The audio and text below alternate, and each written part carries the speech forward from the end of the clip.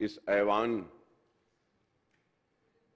में पेश करना चाहता हूं और इस ऐवान के ज़रिए आवाम तक भी पहुंचाना चाहता हूं। और ये बात ये है कि मुसलमानों की पसमानदगी, मुसलमानों की कमज़ोरी और मुसलमानों की पिछड़ेपन को कई कमीशनों ने और कई कमेटियों ने पेश किया और बयान किया, लेकिन उसके बावजूद भी आज सबसे पीछे, सबसे पिछड़ा हुआ, सबसे आखिर में अगर कोई है तो वह हिंदुस्तान की सबसे बड़ी अक़लियत वो मुसलमान हैं। मैं यहां खड़े होकर बीसीस के पसमानदगी के बारे में मुकम्मल तायीद करूंगा और उनको जितना भी जो भी देना है हुकूमत दे, मैं बहैसियत मुसलमान उसकी तायीद करूंगा। एससी और एसटीज को जो भी हुकूमतें देना चाहती हैं दे सकती हैं, जितना भी देना चाहती हैं दें। मैं अपनी पार्टी के जानिब से उसका खैर मुक़द्दम करूंगा, उसकी तायीद करूंगा, चाहे वो रिजर्वेशन हो, चाहे वो माशी बदहाली को दूर करने के लिए, इस्तेहकाम बख्शने के लिए अगर कोई फंड्स एलोकेट किए जाते हैं तो उसकी भी तायीद करूंगा। लेकिन उसके साथ साथ मैं मेरी रियासत व हिंदुस्तान के आलाजात के लोगों से, पसमानदा तबकात के लोगों से, बीसीज और एससीज व एसटीज से यह अपील करूंगा कि आप हमारी पसमानदगी पर भी नजर डालें, हमारी कमजोरी पर भी नजर डालें, हमारे पिछड़ेपन पे भी नजर डालें। और जिस फराख दिली के साथ हमने आपकी तायीद का ऐलान किया, आप भी हमारी पसमानदगी, हमारे पिछड़ेपन, हमारी कमजोरी को दूर करने के लिए उसकी भी तायीद करें और मशवरे दें। और इस हकीकत से कोई इनकार नहीं कर सकता कि हिंदुस्तान के आजादी से लेकर आज की तारीख तक मुसलमानों ने हर एक का साथ दिया। मुसलमानों ने कभी नेहरू का साथ दिया तो कभी लाल बहादुर शास्त्री का साथ दिया, तो मुसलमानों ने कभी इंदिरा गांधी का साथ दिया, तो मुसलमानों ने कभी जनता पार्टी के नाम पर मोरारजी देसाई का साथ दिया, तो मुसलमानों ने नेशनल फ्रंट के नाम पे वीपी सिंह का साथ दिया, तो आई के गुजराल का साथ दिया और फिर चंद्रशेखर साहब का साथ दिया, तो मुसलमानों ने फिर उसके बाद पीवी नरसिम्हा राव का भी साथ दिया। और उसके बाद मुसलमानों ने हिंदुस्तान में कभी कांग्रेस को आजमाया, यह समझ कर के हमारी पसमानदगी दूर होगी, हमारी कमजोरी दूर होगी, तो मुसलमानों ने कभी इंदिरा गांधी का साथ दिया यह समझकर कि हमारी पसमानदगी, हमारी कमजोरी दूर होगी, तो कभी हमने वीपी सिंह का साथ दिया, तो कभी देवेगौड़ा का साथ दिया। हमने हर एक का साथ दिया, लेकिन हमारी पसमानदगी वहीं की वहीं रही।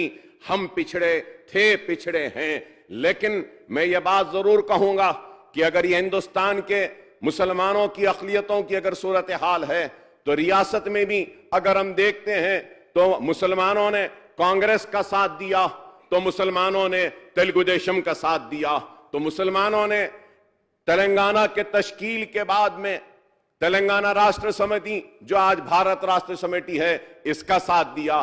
तो हमने हर एक को आजमाया, लेकिन हमारी पसमानदगी जूं की तू रही और हम वहीं के वहीं खड़े रहे। लेकिन इस हकीकत से भी कोई इनकार नहीं करेगा कि 1960 के दहे में मजलिस-ए-इत्तेहाद अल-मुस्लिमीन ने सबसे पहले आंध्र प्रदेश की असेंबली में दाखिला लिया और उसके बाद अपनी जिद्दोजहद के जरिए मुसलमानों की तालीमी, माशी पसमानदगी को दूर करने के लिए मुसलसल नुमाइंदगी करती रही और हुकूमतों को मजबूर कराया।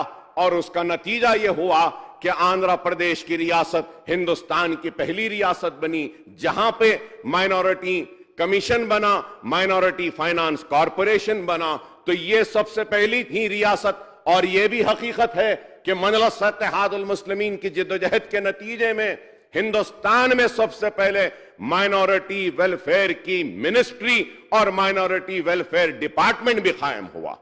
तो ये मजलिस इत्तेहाद अल मुस्लिमीन की है, लेकिन ये भी एक हकीकत है कि इससे कोई इनकार नहीं कर सकता कि ऑपरेशन पोलो वो पुलिस सेक्शन के नाम पर खलम की एक जुम्बिश के जरिए हमारे हजारों मुसलमानों को रोजगार से महरूम कर दिया गया। कानून ऐसे बनाए गए कि कभी एग्रीकल्चरल लैंड सीलिंग एक्ट के जरिए मुसलमानों के जमीनात को छीन लिया गया, कभी जागीर एबॉलिशन के नाम पे मुसलमानों के जागीरों और मनसबों को छीन लिया गया, तो कभी इनाम एबॉलिशन एक्ट के जरिए जमीनात को छीन ली गई। अरे जो तख्त ताज का वारिस था, जो कभी तख्त पे बैठा था, ताज था उसके सर पर, आजादी के बाद मुसलमान रक्षा ढकेलने पे मजबूर हो गया, बंडियों पे आ गया, उसके महलात वीरान हो गए और उसके तख्त ताज अजायब घर की जीनत बन गए। एक ऐसी दास्तान है मुसलमानों की पसमानदगी की कि अगर मैं कहूं तो ये कांग्रेस के हुकूमत से मैं कहूंगा कि मौलाना अबुल कलाम आजाद के उस जुमले को दोहराऊंगा कि मौलाना आजाद ने पुलिस सेक्शन के बाद हैदराबाद का दौरा किया था और कहा था कि पुलिस सेक्शन एक ऐसा नासूर है जो मैं अपने साथ अपनी खबर में ले जाऊंगा। इतना लाखों हजारों की तादाद में इज्जतें लुटी, इस्मतें लुटी, हमारी आबादियां खाक की ढेर में तब्दील हुई। तबाह बर्बादी के बाद आज मुसलमान खड़े होने की कोशिश कर रहा है। तो इस कोशिश में अगर कुछ मददगार अगर कोई साबित हो सकती है कोई चीज, तो मैं समझूंगा कि ज्यादा से ज्यादा एलोकेशन मुसलमानों के लिए, ज्यादा से ज्यादा मौके मुसलमानों के लिए, ज्यादा से ज्यादा रिजर्वेशन के जरिए मुसलमानों को नौकरी देना, इसके जरिए ही मुसलमानों की पसमानदगी को दूर किया जा सकता है। और मैं उम्मीद करूंगा, हर किसी से हमने उम्मीद लगाया, लेकिन हर एक ने हमारे उम्मीदों को चिकनाचूर किया। हमने हर एक से आस लगाई, लेकिन हर एक ने हमारी आस को तोड़ा। और आज हम ऐवानों में अपनी नुमाइंदगी के जरिए अपने मसाइल के हक के लिए लड़ते हैं, तो हमको बीजेपी का बी टीम कहा जाता है, हमको इनका नुमाइंदा कहा जाता है। क्या हमको हक नहीं हमारे हक के लिए लड़ने के लिए? क्या एक रेड्डी को हक है अपने हक के लिए लड़ने के लिए? एक कम्मा को हक है अपने हक के लिए लड़ने के लिए? एक वेलमा को हक है अपने हक के लिए लड़ने के लिए? एक राव को हक है अपने हक के लिए लड़ने के लिए? और एक एससी को हक है अपने हक के लिए लड़ने के लिए? एसटी को हक है, लेकिन हक नहीं है तो मुसलमान को क्यों मुसलमान अपनी जिद्दोजहद ना करे, अपनी पार्टी ना बनाए, अपने नुमाइंदों को ना जिताए? वो चाहते हैं कि हम क्या किसी रेड्डी के दुम छल्ले बन जाए? नहीं, हम किसी के दुम छल्ले बनने तैयार नहीं है, न रेड्डी के, न राव के, न किसी के। हम अपने बलबूते पे जिद्दोजहद करेंगे, अपने हक के लिए लड़ेंगे, अपने हक को हासिल करेंगे। और वो हक जो हक दस्तूर ने हमको दिया, दस्तूर में हर किसी को बराबर का हक दिया गया, चाहे मुसलमान हो, चाहे हिंदू हो, चाहे सिख हो, चाहे ईसाई हो, हर एक को बराबर हक है। लेकिन आज मुसलमानों के हक के लिए लड़ना यह है कि आप बीजेपी के एजेंट हैं, आप बीजेपी की बी टीम है। अरे आज अजीब मामला हो गया है, कोई दलित के हक के लिए लड़ता है तो उसको बीजेपी का एजेंट नहीं बोला जाता, कोई अगर बैकवर्ड क्लास के हक के लिए लड़ता है तो वो बीजेपी का एजेंट नहीं होता। लेकिन हम अपने हक के लिए लड़ रहे हैं। और आज हक की लड़ाई क्यों लड़ रहे हैं? इसलिए कि हमने सबको आजमाया, नेहरू को आजमाया, इंदिरा गांधी को आजमाया, हमने राजीव गांधी को आजमाया, हमने सोनिया गांधी को आजमाया, हमने वीपी सिंह को आजमाया, हमने देवेगौड़ा को आजमाया, हमने सबको आजमाया, लेकिन हमारी पसमानदगी दूर नहीं हुई। और आज हम अपनी हक की लड़ाई मजलिस इत्तेहाद अल मुस्लिमीन के जरिए लड़ रहे हैं और लड़ते रहेंगे। मोहतरम पैनल स्पीकर साहब, मैं सबसे पहले बड़े ही अफसोस के साथ यह कहना चाहता हूं कि बिजनेस एडवाइजरी कमेटी की मीटिंग हुई, उसमें हाउस के बिजनेस को तय किया गया, मैं भी उसमें था। और तय करने के बाद हाउस का बिजनेस 1 दिन 2 दिन 3 दिन बढ़ता गया।